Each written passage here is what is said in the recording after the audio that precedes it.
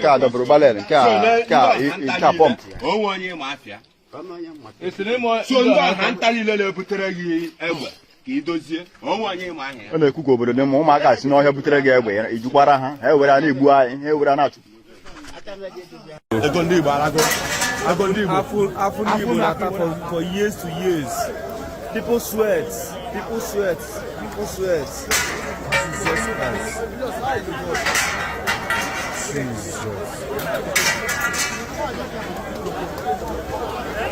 Afọ ndị Igbo na like this so for years a na-ata afọ range keta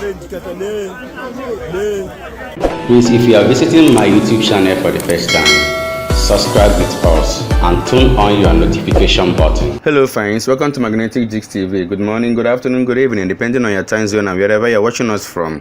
Today being 12th of December 2025, we, the team of Magnetic Jigs TV, is bringing this news live and direct to you.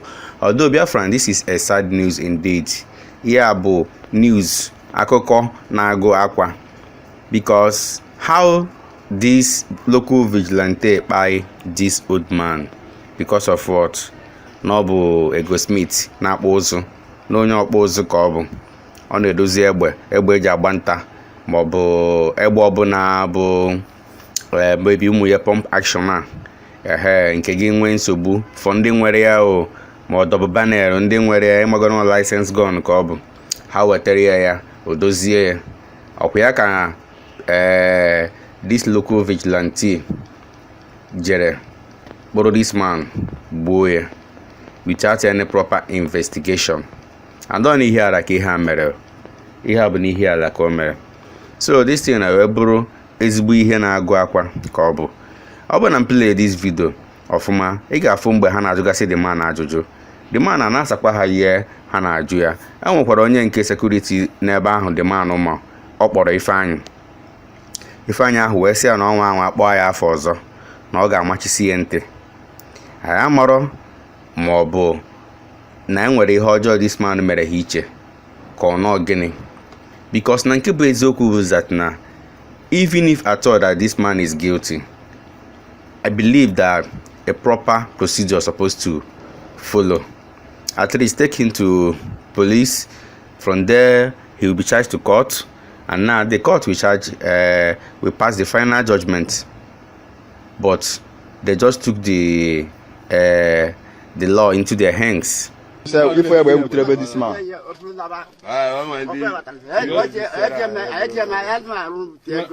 okay.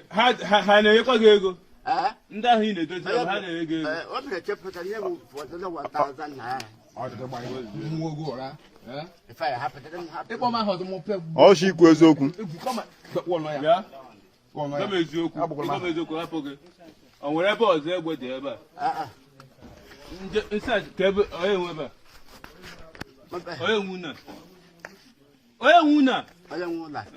On the Lagos. Kebe Guabi. Oh, no, more want to be a ban. But I got him to Nime or Nime. You will license it down where you have license. Oh, license. All of cigar by this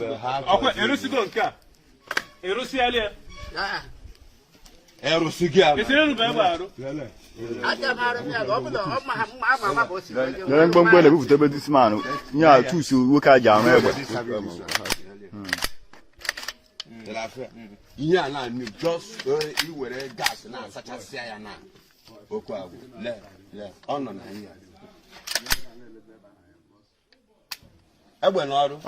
now. I need a crook. You share. What service here? If I'm going when I'm going. So, I already served. Get out again.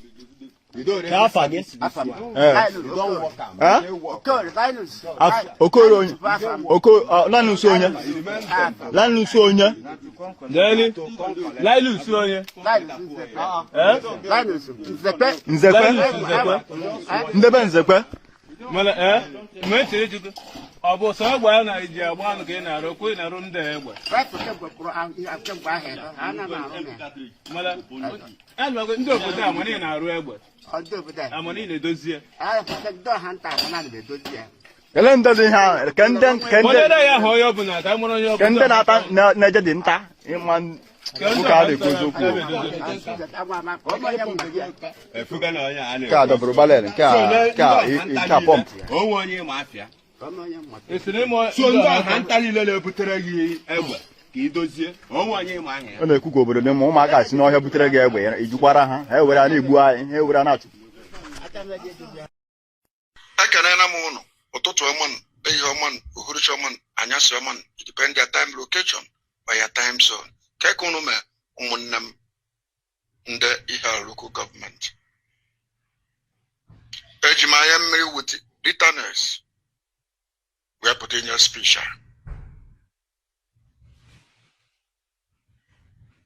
Ụfọdụ n'ime ụnụ bụ ndị Ihiala local government, especially ndị area. But this man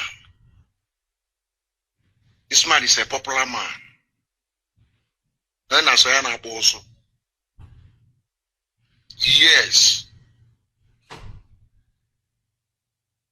This man ananga. Apopo also from Asaba. Yeah, back all there. Ebe ko na apo na service.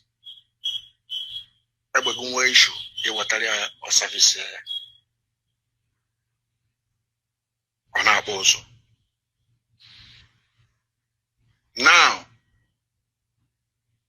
what case as a notary? Apocosia, a cojo momuanina, a cojo zomuanina, including where wine, and I don't know, and then the mochepa. Then no chapel. Also, a coach where my also a coach of soya. And I'm a Jana this man. Bali walking on. And I'm a Jana beer, may investigate. Man, I have I call this man. I honor. I from time, because you so many. That may miss try investigate Lapia. Gaboroma. Woman who had a bit this man, no one around the army. Ebwe, now service and that may be. Make a investigation. For partner, you work in a robore. Mama have a way another. What can I robore? Now, local vigilante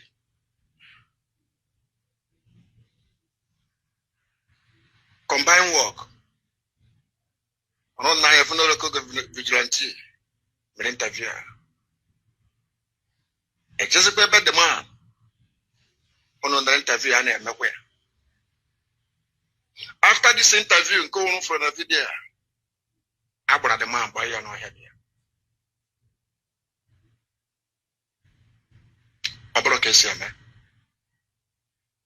Justice for this man. And the man ever make it the man ever make the man make it. No. It got due process. He made this man interview. Upon interview, and he went they just satisfy an interview. Then he take him to Oka. To the kind of bodies. He take him to him. A international interview. With the high rank experience. The man the guilty. Akpapoe and Giviano. A man not as yours. Upon they are guilty or release another.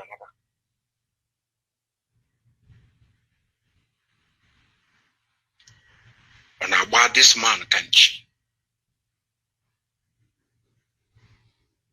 And they bury me interview all Rafa. If I knew. Cause the bone all Rafa.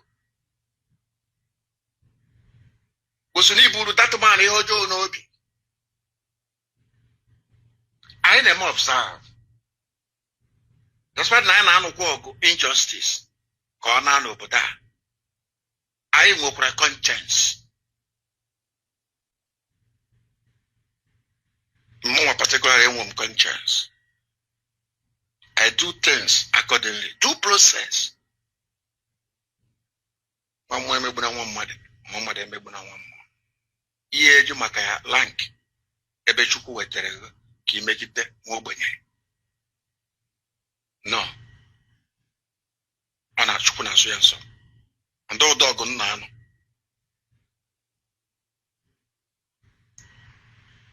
This man no here. If I know only here, this man Biafran and do to look at Vigilante. Genyai explanation. Genyai evidence. Real Babu Waka is that due process.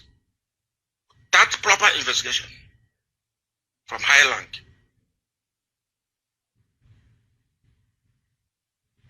I hate this art. I hate it. I condemn it. It's unacceptable.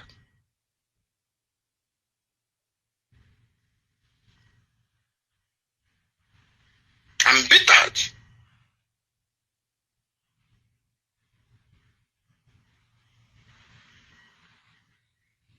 And I want to service again. I service again. No. I service room. I say, no. Everybody at the back. God will judge you. Upon the aim like the proper. May God guide you. Upon the aim like this innocent man. Because of hatred, for no reason, God will judge you. You will die more than this man. Then you will die carelessly. I rest my case. Shufugasun in the Ihiala government. I'm bittered. But this video here,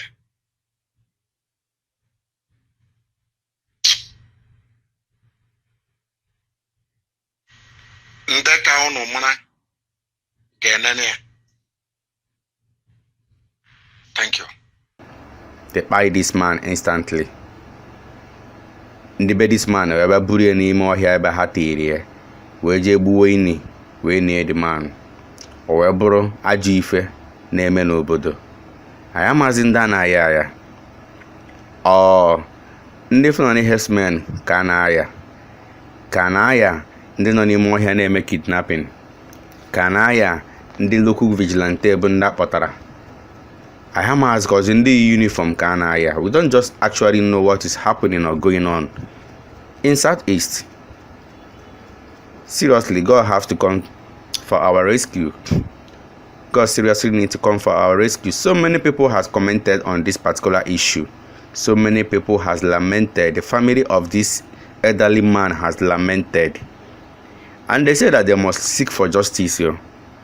That they must look for justice, that they are not going to sweep this in under carpet like that. Biafrans, it is not good. Igbos are buying themselves, and we have been saying this for a long time. Let all these things stop. Why are we buying ourselves? Why?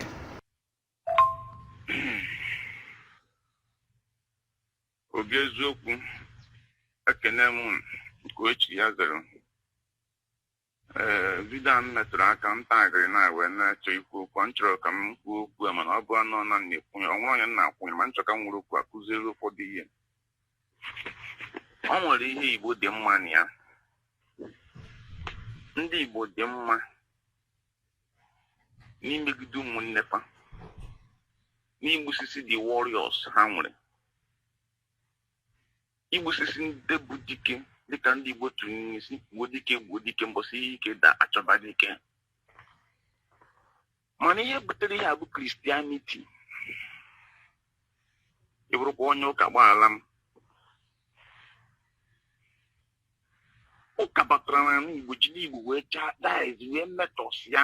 Mana ọ bụrụ na mgbe nna anyị ha na-eme ihe odogwu, ọnwa ya na-akpọ odogwu na Igbo kpata iji asị gị odogwu abụrụ gainem. Etu afọ this man na ndị okenye nọ n'ise ejide ya akpọrọ ya ma nga ga-akpọ ya jestred na mmụọ obodo na-efe.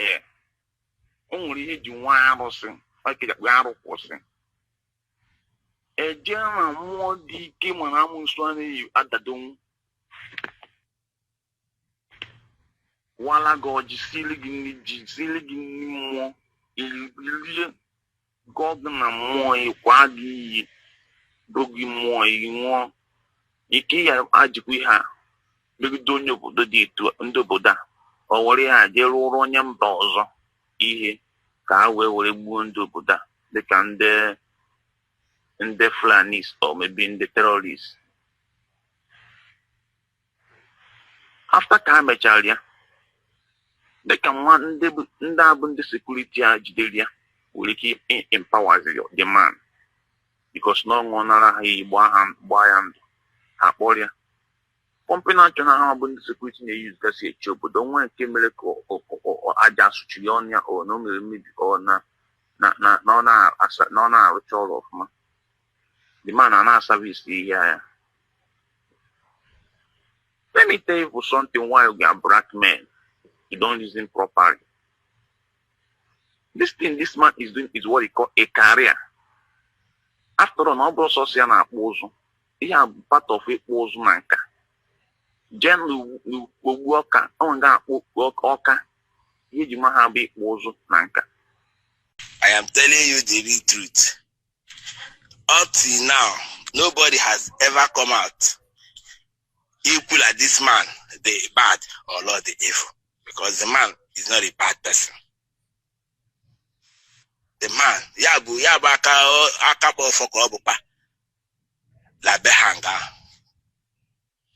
the man is not a bad being, he's not a bad person. But these evil boys that is hiding under Vigilante, decide how we see this man. I am calling on Igbo Batureni, I am calling on Chief Emaka to investigate this issue.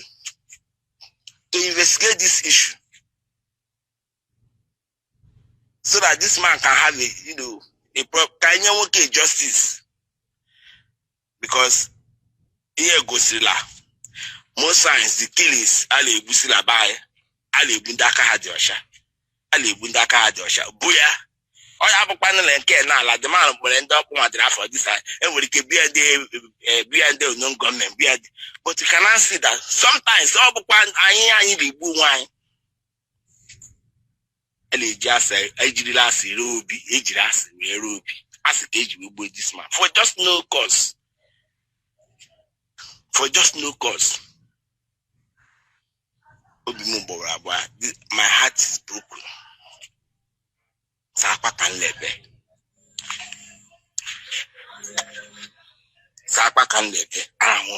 No, because this came so sudden. December plan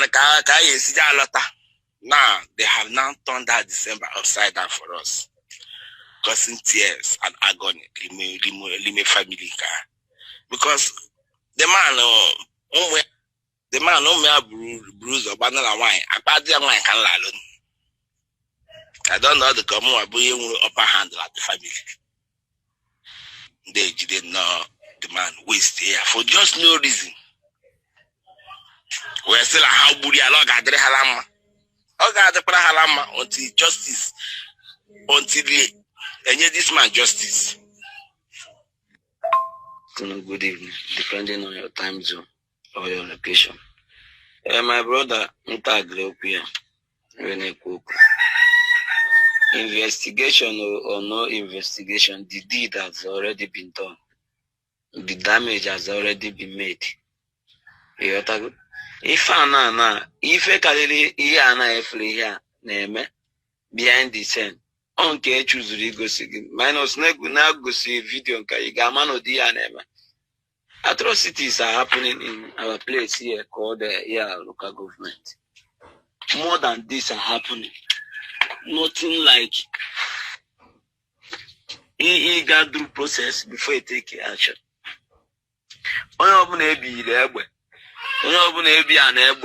a vigilante or everything, we feel losing our power, authority to take somebody's life. Onwe kaya na mmadụ si nwee issue or nwee counter, whether after the fusion na maybe no so put on the case or take it into his hand. Abana mmadụ ebe agbagbugo onye ọbụla. Mgbe the man na-akpọ ya afa, na-akpọ ifeanyị, or see if kwakosi amago the man ola, if ka the man si adoji uya, amabugo ya ola, ama ani ezigbo ola, and that man ejebego ebe 70 something years to 80 years. This man abuzi umazi. This man na anamola abuzi umazi. When a boy fine, ona ti ogba afi again. Ye me ya cause. The man anwazi akọ gesi we zo onwe because ejiriga baba yoku. Onye ati na ndị amị ejego me investigation arapia. The police investigation, the police are like, oh, buze common vigilante, mboha common now, wuteba haiche. Mboha common, wuteba haiche. Mangi fugodi the atrocity ana cause. Talk as a bobu sin them mad, anyhow, now ban them mad, to see so. Oh, yana kuni ejiwe mataze during the agitation of Biafra for the as in an agitation Biafra of more.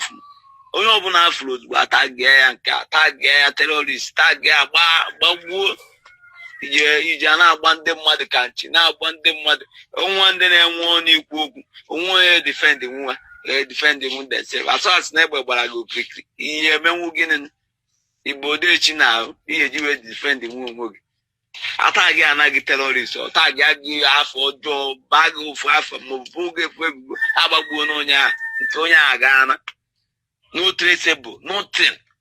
Many people lost through their lives during this last period of 18. Are the uncountable? Many souls, many innocent souls are wasted. Anna Agutaon. Natural their justice, and these people continue to be people.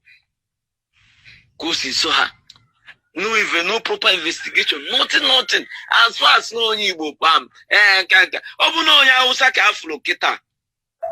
And the vigilante about you quickly, do we touch you? Do we harm you? I Brageba, I Brugima, do we touch you? Enough anaekusi ọtụtụ okwu. Akikirichala ya bụ ihe onyonyo. Ụmụnne m, amaghị m ihe a ga-asị nke asị, amaghị m ana m ajụ ya bụ ajụjụ mgbe ọbụla wee na-asị kedu ihe kpatara na ọ na-adịkarị ndị be anyị mfe anyị na-enwekarị ike mgbe anyị na-achọ imegide nwanne anyị karịa mgbe anyị na onye ama na alụ maọkwa mgbe anyị na-achọ imegide onye ama. Kedu ihe kpatara ya? Kedu ihe kpatara na ihe ga-eme onye Igbo, ihe ga-egbu onye Igbo ga-esi onye Igbo n'aka? Kedu ihe kpatara ya? Ọ bụkwa ihe dị mwute o. Ọ bụ ihe dị mwute. O nweghịzi ọtụtụ okwu m ga-ekwu na okwu a maka na ụmụnne anyị bụ ndị anyị gere olu ha bụ ndị tinyerela ọnụ na ya bụ okwu, ha ekwutachala ya bụ okwu, bụ ndị na-etinye ọnụ na obi eziokwu. Maka na ụdị ihe dị otu a bụ kedụzi ka anyị ga-esi nwe ọnụ wee na-asị na a na-emegide anyị maọbụ na ndị obodo Naijiria eji ndụ anyị kpọrọ ihe ọbụla, ebe anyị onwe anyị bụ ndị Igbo na-ejighị ndụ onwe anyị kpọrọ ihe ọbụla. Lekwa nwoke nọ na ọgbọ ahụ, nwoke karala nka, agasị na ya bụ nwoke na-ezu ori ka ọ gịnị? ngwa onye na-arụ egbe ma ọkwa na onye na-arụziri ndị mmadụ egbe ọzi arụ ọzi crime.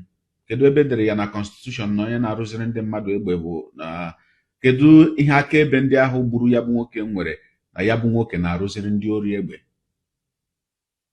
Amaghị m nnọọ ihe a ga-akpọ nke amaghị m ka ụdị obi ụfọdụ ndị Igbo nwere na nke ikpeazụ a. Onye gbagburu ya bụ nwoke ugbu a kedu ihe ya na nwoke a na-azọ?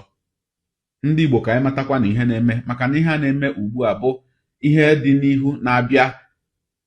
Ana m ahụta ihe a dịka, maka na asị na uche onye adịghị ya njọ, ana m ahụta ihe a dịka nkata ndị iro na-akpa ka e wee kpochapụcha ndị niile bụ ndị nka na ụzụ, ndị mara anya ka esi arụzi ngwa ọgụ, maka mgbe ihe mmiri a na-eru ugbu a ga-ebido izo, ka e were ugbu a kpochapụcha ndị niile ahụ bụ ndị ma anya ya na be anyị.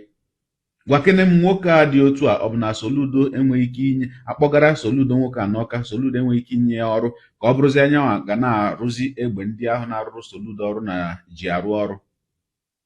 Kedu ihe mere na ndị Igbo ọ na-adịkarị anyị mma imebi ihe anyị nwere, ihe ọma ọbụla anyị nwere dị anyị n'aka ichekwa, anyị emebie ya? Ọ jọgbukwara udele na njọ ma sigbuo nkakwụ n'isi o. Gbuo dike na ọgụ ụlọ, gbuo dike na ọgụ ụlọ. Mgbe ọgụ ezipụtara chọwa dike, nwanne gị ahụ igburu tata maka ihe na-enweghị isi, maka akpọmasị gị na ihe nwere n'ebe ọ nọ, makwanụ maka obere okwu na-esere gị na ya. Oge na-abịa mgbe ị ga-achọ nwanne gị ahụ ka ọ baara gị uru, mana ị gaghị ahụzi ya. Ndị Igbo ka anyị mara n'ihe. Ndị Igbo ka anyị dụọ n'onwe anyị ọdụ. Onye mara asụ ya sụọ n'odo, onye na-amaghịkwa na-asụ ya sụọ n'ala. Lekwa ka esi wee memina nwoke bụ nnọọ sọsọ arụ ọkpara bụ na ọ na-akpụ ụzụ, ọ bụ onye nka na ụzụ, ọ gụcha nnọọ arụ ya bụ nwoke kpara. The greatest enemy of an Igbo man is an Igbo person. Why? It's not good though. It's not good at all. Biafrans, you can see that the Igbo business in Lagos is on fire. We actually do not know what led to this fire outbreak. In this market, so many goods worth billions of naira has been lost. It's indeed a very pity something in this season, in this Christmas season, this Christmas period. Oh, wow. Nonsense. And then I comment here, Hamaho. Then, yeah.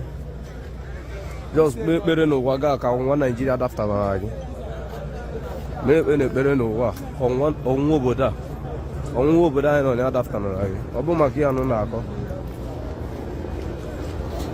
bo makia no na akọ unche comment you get save in a channel like this in the time mama di here wa ba hanket just na gafe nata Igbo. Remember them goes all these things. You and in sometimes no reason, sometimes on the Murara they have the engineer who are not at all.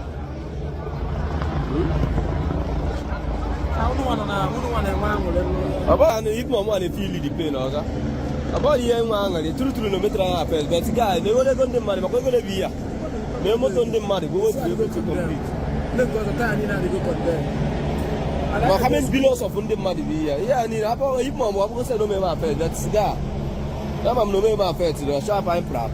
Yeah, now all every day I'll send you an internet.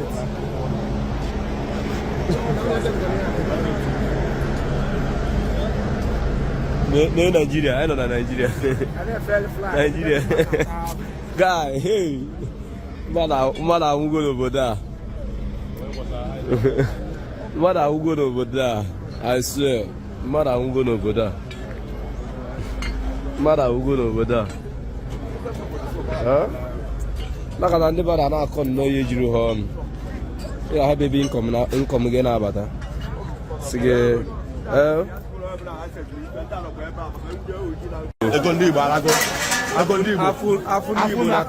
For years to years. People sweat. Jesus Christ. Jesus. They happen to like this so for years and I happen range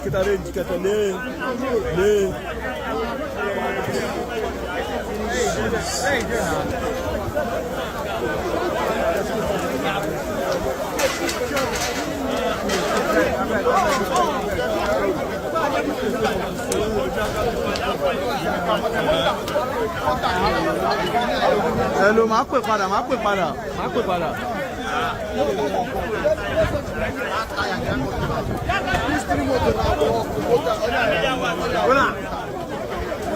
I don't understand anything like that. See people sweat, guy. See people sweat. Ego ndi ba na enu n'ọkụ. Ego ndi motara for years range na moto ndi ma truck ndi mmadụ. Jesus Christ.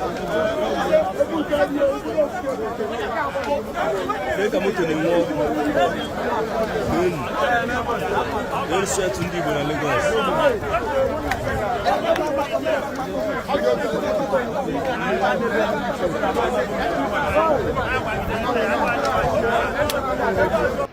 This man is giving news concerning Ngige, Chris Ngige, who has been arrested in Abuja by the EFCC. You know, he has been charged to court and they have sent him to Kuje prison, depending on his bail condition, because of some, you know, allegedly fraud during the time he was governor and maybe during the time he was also a minister. And this man says something that Mazinan Dekalo prophesied that serve Nigeria and come back is shame. Is it actually what is happening? Inugo Nkene Meketa, ex-minister and ex-governor of Anambra State, Dr. Chris Nwabeze Ngige, docked and remanded in Kuje prison by the Federal High Court.